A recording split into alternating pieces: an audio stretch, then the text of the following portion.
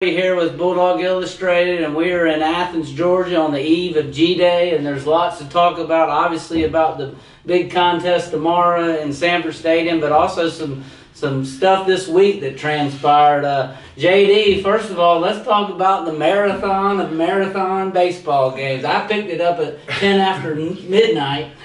We still had a long way to go then. That was pretty incredible. We need to introduce to our friend Wells Arms, who did a great job on the basketball beat for us this year. You and Greg Poole, our good friend, trained him very well. Wells is a talented young writer. His parents are old friends of mine. His dad, Martin, and I worked together for the great Claude Felton. And Wells is going to be a freshman up here in the fall, so we'll be seeing and hearing a lot from him. Yeah, we're excited. He's a basketball hoops. He knows it, man. He knows it good. And so we'll get into signing. This is the biggest signing class we've had since Carlos Strong and Terrell Bell, and Pertha Robinson, and Cleveland Jackson, and then that whole group back in the early 90s. So certainly, and Shandon Anderson too, certainly a lot of excitement around that. But the baseball game last Tuesday was insane. 20 innings, the longest in school history, the longest in Clemson school history, and it just went on and on and on and on. And the crazy thing too, 4 innings in, we had played it in about 50 minutes. It was a great game. It was a beautiful night, but then it turned into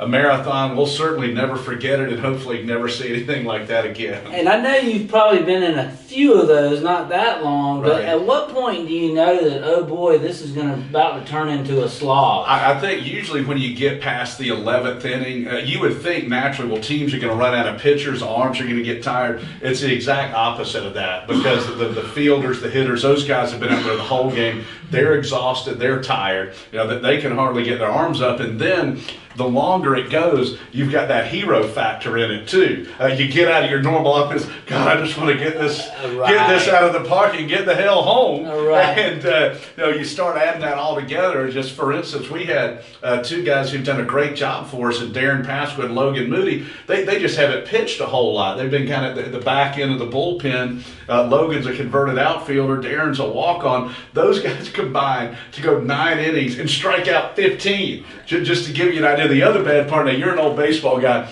there were some really great players in that game with Georgia and Clemson.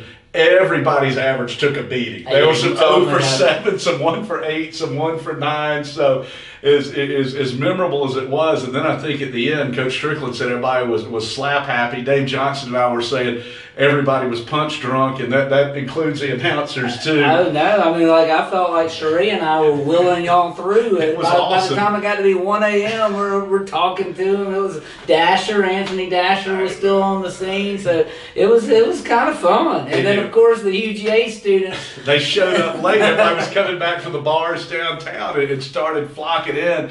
And it's one of those deals too. Like in the SEC, there's a policy you can't start an inning after midnight. Well, leave it to Georgia to once again be involved in something where a policy will now get started, because you've got to have one. It simply wasn't covered. No, it wasn't covered. Yeah. And a lot of times these policies are put in. We talked about it during the game. You're doing that to protect yourself, to protect the teams, the players, and the coaches, because nobody's wanting to give in at that point. You got the competitive juices flowing. Absolutely. But both teams, both teams had a big conference weekends coming up, and in the end, that game didn't really mean a ton, but once you're in it, as Coach McGill would say, once you're in that field of battle, you got those juices flowing. So it was absolutely amazing. And in fact, I tweeted out a picture of my scorebook. And if anybody can decipher that, we'll give them a free Coke. How about that? Absolutely. And then just one last thing on the diamond. What do you think is the keys to them coming down the stretch to keep this? It's funny, I had some people that were all the losses at Tennessee, and I'm like, losing is kind of like the basketball tournament. Losing a little towards the end is not terrible, and at least I don't think it is. No, it's baseball. It's the nature of the game. You run into a good pitcher, and the thing about baseball, there'll be 1 or 2 weak teams in a given year. This year there might be one. Alabama's down, but everybody's good. It's a low-scoring sport, and just the nature of the game, you run into a hot pitcher. I think that's just a natural. So Georgia was riding high, but avoided the sweep. That's what you want to do on the road. And if Georgia can just keep getting the starting pitching and play the defense that it's gotten, it's not what I would call a dominating lineup, but Georgia's won at South Carolina 8-7, beaten LSU 9-7, and beaten Kentucky 10-8. So they've shown that they can outslug people if they need to, which is a great sign. But this pitching is it's just incredible. Emerson Hancock, Tony Losey, Tim Elliott, C.J. Smith, Aaron Shunk, Zach Christopher, Justin Glover, all those guys have been just magnificent. And from like a baseball purist, I mean, they hit well, run well, defend well. I mean, it's a little bit of everything. It's good. Talk about, by the way, the infield defense of Sullivan, Talley, Shepard, and Shunk is so amazing. You talk about aging you. When I was a kid, when I was kind of like Wells, I was a young bat boy at Georgia Southern. That's how my career began. And then I started doing radio and the PA and the scoreboard and the book and covering the team. One of Georgia Southern's best players was Mike Shepard. Oh, right. And that's his son Cam. And Mike was a hero of mine I looked up to.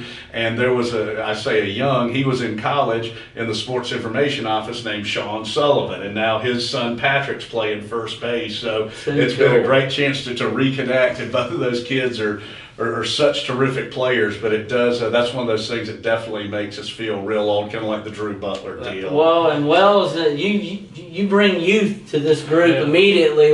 What is the youth perspective of what happened this week with Georgia's basketball signing day? Yeah, well, it was a historic week for the Georgia basketball team. Tom Crean did what Mark Fox couldn't do during his tenure, and he landed a big-time recruit in Anthony Edwards and added 3 really good pieces around him, and they're still looking to add a few more.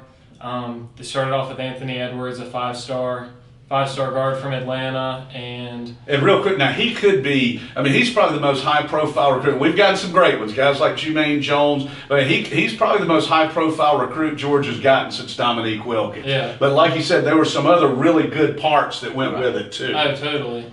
And you're going to see with Anthony Edwards, it's not just his scoring ability, but it's going to be his way where he can impact the game. And I see it the most part with, you get a guy like Nick Claxton and Rayshawn Hammonds who have the potential to be NBA players, and the attention's really going to be a little bit off of them next year, and it's really going to allow them to have one-on-one opportunities where they can score down low. Now, Wells, talk about the other guys as well. No, Brown and Walton are also very highly rated players as well. Yeah, well, they're 2 really explosive athletic players who can score down low, they can score from the perimeter, and they have the length to be really good defenders also. And personally, I think the key is you got to have some ball handlers that are strong. They're not docile in certain situations. Because this league, it is men up there. You got to be physical. And yes, that was one of the first. That was my question to Coach Crean when he met with just the beat guys was, how do you teach better ball handling? Because there's nobody that's been watching Georgia basketball that doesn't mean that was a severe weakness, and it showed up this year. But I'll give Coach Crean credit; he stuck with that system, even though it cost him probably some wins. But he had to. He's like, we're going through this, right or wrong, and that's we'll be better. That's what a coach at his first year with a 6-year deal can do. If it's his last year, you're going to try and just make it work. But Kirby did some similar things his first year. We're going to run our system. We're going to run it the way we want to do it. And there are going to be some bumps in the road. But I definitely think getting a good ball handler and Wells, I'll get you to touch on this. I know there's a high school prospect that the Dogs are looking at. Could be something in the transfer portal too. That's going to be important. But with Claxton back leading the way, that blend of newcomers and veterans, this team has a chance to make a big jump. Yeah, the potential is definitely there for the Bulldogs, and it's going to be interesting because you see Kentucky and Duke have had the freshman one and dones to come by, and with a guy like Edwards, and then you have 3 other freshmen, there's going to be some growing pains, but the upside's there if the Bulldogs can get it clicking. Well, we're real excited to have you in Athens in fall. Oh yeah, I can't wait. Lots of great coverage for Bulldog Illustrated. We're excited. And Wells, he makes his picks too in his previews, and I've told him, you got to be. You might want to say just an old lesson. Here's what the Dogs need to do to win. When he picked us to beat Tennessee, that got out there for the Tennessee fans. Yeah, and he got indoctrinated to the rough side of Twitter there. That's beautiful. It was a mathematic baptism by fire That reminds me of a story also when Mitchell Boggs, who was a great pitcher for us, and went on pitch for the Cardinals, went to 2 World Series, and I asked him when he had come back to finish, he was helping out with a team, and we were on a flight. I said, Mitchell, are you on Twitter? He goes, JD, it's a good rule of thumb for a major league relief pitcher not to be on Twitter. That is so true. All right, well, I'm happy to report that the rain has stopped in Athens, so I'm putting in my best chamber pitch for everyone to come out tomorrow. Oh, it's going to be a fall-like day. The high's going to feel like November. Yeah, it's going to be awesome. Low 60s, big recruits in town, and I think Kirby continues to do a good job of letting folks know the importance of a lot of fans being there. I mean, we've got like a couple of just huge guys that we're still trying to bring in, but for the game itself, JD, what do you hope to see kind of unfold in those couple of quarters that the starters get to play, and then more importantly, the future? Yeah, no doubt about it. And first of all, I think there are a couple of things you got to look at for the importance of this game. Number one, for recruiting. And I remember when DeAndre Swift said, he and his parents came, we're like, oh my God, this is the spring game. It blew them away. So if you want to think, hey, why should I go? What difference will it make? That makes a huge difference in recruiting. And then number two, this is something that the great Kevin Butler brought up.